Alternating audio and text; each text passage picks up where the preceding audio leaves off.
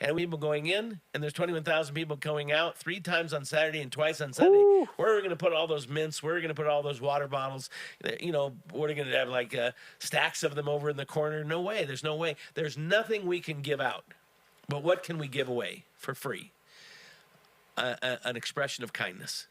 So Mike Imperial, then the Presbyterian, First Presbyterian Church, actively a part of Standing Together at that time. He's now retired. He said, I think we should call it mission loving kindness. We're on a mission to love and be kind to our Latter-day Saint friends. So what we did is we took out permits of all of North Temple and all of South Temple from Main Street all the way down to West Temple. When the countercult people found out about this, because they were informed by the media, and I remember the news clips, and the TV stations that, this had been done, and this group named Standing Together was going to occupy the streets, and and it was like getting much in the news, and they sued us. There was a suit, and the way the city handled it is they said, do you have enough people to really occupy all of South Temple and all of North Temple? And I said, I don't think so. And they said, well, do you have enough people to occupy all of North Temple? And I said, I don't know, particularly both sides of the street. And they said, well, could you give up half of your What can street? you give us? If you give us half the street, we'll call that free space, open space. But we'll give you from North Temple Gate down to Main Street, and then the other side of Main Street, North Temple, down to the entrance you'll have the main access. Yeah. So we compromised. We gave up a lot of our space. And in that first time in 2004, April, we met up with a credential, and that credential said Standing Together at the top. Then it had their name, and it had the church name that they served in. Okay. So they would see a Baptist church guy next to the Rock Church guy, next to the Life Church guy, next to, and it was very peculiar for them. Like, who are you people? What are you doing? You're not being mean. At first, they thought we were going to do the same thing. Some episode, but we would just say, good morning, good afternoon, good afternoon, God bless you. And I instructed the people that were with us from the various churches. We had like 59 people come on Saturday and Sunday from about 12 different churches. And we were there during our Sunday morning church services. We had a group of about 25 that showed we were willing to miss our own church services to maintain that area of the sidewalk. And as people would walk by us, at first they were like, don't look at him, don't look at him. And then the second thing is, as they're coming out, they had talked amongst themselves, and they're like, we don't know who you guys are, but thank you. And they kept going.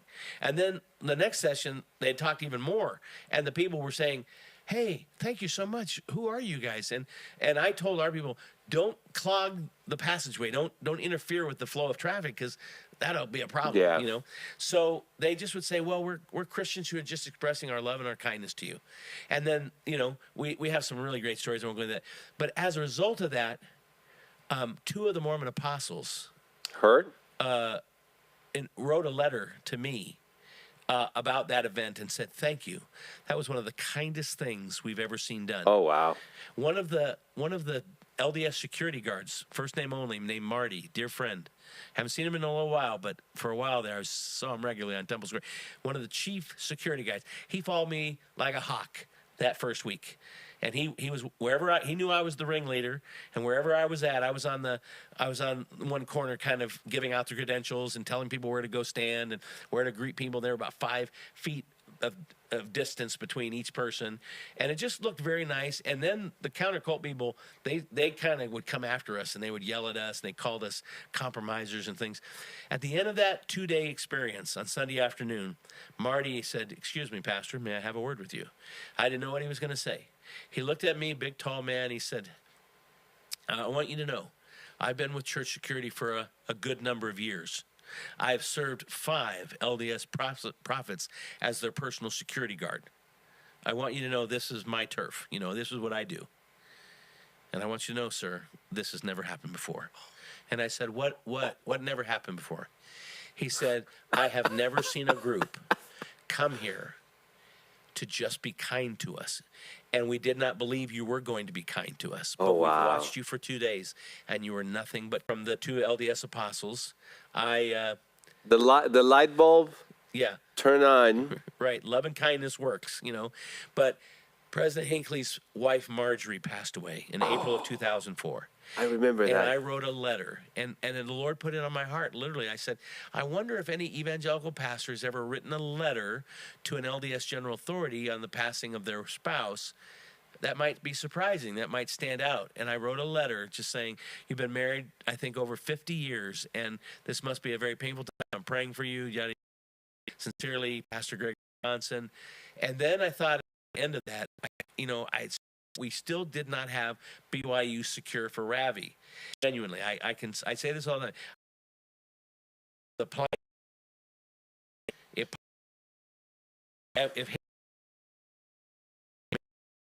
I could do PS, so I did PS. By this fall, we have a wonderful evangelical speaker coming to Utah. His name is Ravi Zacharias. Some people See Pastor Greg Johnson in the garbage. Right. You know what I mean? Right. So, and it went all the filters, and it get to his desk. He wrote the letter, and 2 weeks later, Literally, the letter was, the tabernacle is yours for the date requested. See Fran Benke, one of our hosts on Temple Square. would it be cool if you brought that letter on here? It's the evidence. and that would have been great. You have that letter, by the way. I know you. I have a letter. It's not that letter. Oh. Literally, we're sitting at a big round table. My friend Eric and me. We don't even know what we're in for. And there's the person, and there's the person from years. Fran says, okay, President Hinckley has given to this man to use for a special event, and we want to go around the table and tell him what you guys can do for him. And I'm like, I'm not asking for any of this. I already do this at the tabernacle. They want to watch the YouTube channel. At the tabernacle in 2000. A great in my life. Protestant speaker had spoken of the tabernacle. D.L. Moody, a pastor out of Chicago, recognized he was very, very traveling through Salt Lake City, and they gave him permission to speak at the tabernacle. Now, there had been ecumenical prayer services, 4th of July, and nothing like the music. Famous Ravi Zacharias. Yeah. Rich Mouse spoke from Fuller Seminary, and Bob Millett spoke. Wonderful evening. So, out for me. I mean, I say at one point I did BYU the tabernacle. Bob's not doing anything for BYU. Maybe we can use the tabernacle. Yeah. And Bob wasn't over that issue, so I have all these public affairs. I was talking, and they pat me on the head and say, oh, "That's a lovely idea. We'll get back to you." I haven't gotten back to you yet on that. And I'm saying, God opened these doors.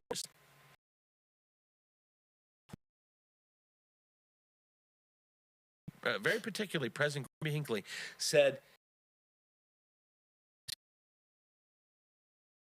"Yeah, kindness," and they saw that. Came in October in hand print, actual sign.